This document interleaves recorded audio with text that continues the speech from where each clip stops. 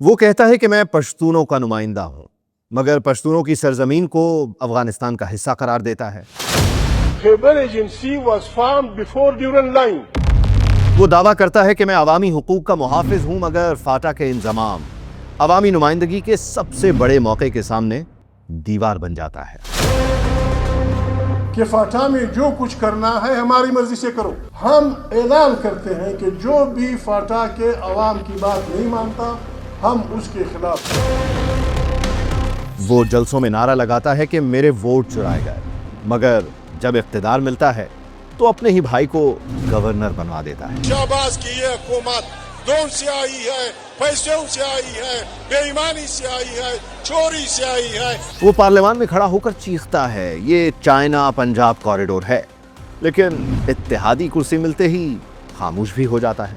وہ کہتا ہے کہ ہم اصولوں پر سیاست کرتے ہیں، مگر ہر دور میں اتحادی بھی بدلتا ہے، کبھی نواز شریف کے ساتھ، کبھی مولانا فضل الرحمان کے ساتھ، اور پھر اچانک عمران خان کا امیدوار۔ سنی اتحاد کونسل نے محمود خان اچکزئی کو صدارتی امیدوار نامزد کر دیا۔ اسلام آباد ہائی کورٹ میں کاغذات نامزدگی جمع کرا دیے گئے۔ علی محمد خان تجویز کنندہ بن گئے۔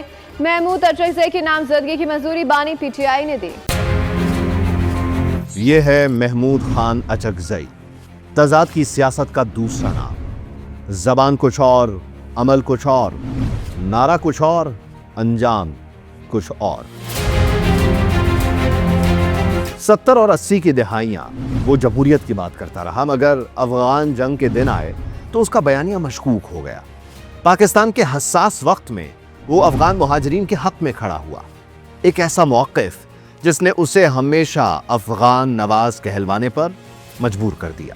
90 کی دہائی میں اقتدار کے کھیل میں وہ بار بار رخ بدلتا رہا، کبھی نواز شریف کے ساتھ ہاتھ ملایا تو کبھی اسی کے خلاف کھڑا ہو گیا۔ عوام نے پوچھا اصول کہاں گئے؟ پوزیشن بدلنے کی عادت آخر کب ختم ہوگی؟ 2013 میں اقتدار قریب آیا، نون لیگ کے ساتھ اتحاد ہوا، بلوچستان کے گورنر کی کرسی گھر میں ہی رکھی، محمد خان اچکزئی کو گورنر بنایا۔ اصول کی بات کرنے والے خاندان کو ہی نوازنے لگے۔ اسی دوران سی پیک کا شور اٹھا، جلسوں میں کہا یہ چائنا پنجاب کوریڈور ہے، پشتونوں کے حق پر ڈاکہ ڈالنے کی بات کی، لیکن جب اقتدار کے ساتھ بیٹھا زبان بدل گئی، کبھی اعتراض، کبھی خاموشی اور کبھی اطمینان۔ 2018 آیا تو عوام نے فیصلہ سنا دیا، قومی اسمبلی میں ایک بھی نشست نہیں، اور بلوچستان اسمبلی میں صرف اور صرف ایک۔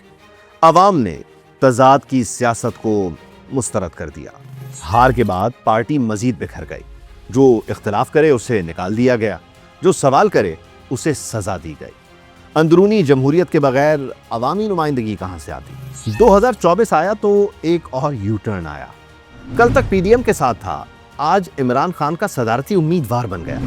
آصف علی زرداری کے خلاف الیکشن لڑا، مگر صرف 181 ووٹ ہی مل سکے۔ ایک اور شکست، ایک اور تضاد۔ اب محمود خان اچکزئی کی سیاست صرف ان نعروں پر کھڑی ہے، اور وہ ہیں ووٹ چوری ہوا، نشستیں چھینی گئیں، لیکن عوام پوچھتے ہیں حل کہاں ہے، پالیسی کہاں ہے؟ یہ سیاست صرف الزام اور احتجاج پر ہے، حقیقت میں کچھ نہیں۔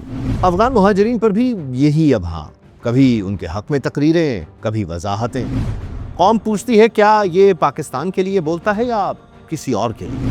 یہ ہے محمود خان اچکزئی، ایک ایسا سیاستدان جس کی پہچان ہی تضاد ہے، اصولوں کا دعوے دار مگر اقتدار کے سامنے جھکتا رہا، حقوق کا نعرہ لگانے والا مگر عوام کے ووٹوں سے بار بار شکست کھاتا رہا، بیانات کی سیاست کرنے والا مگر عملی میدان میں ناکام۔ سوال یہ ہے کہ کیا یہ واقعی پشتونوں کا رہنما ہے یا صرف ایک موقع پرست جو ہر دور میں ہوا کا رخ دیکھ کر اپنی سمت بدل لیتا ہے؟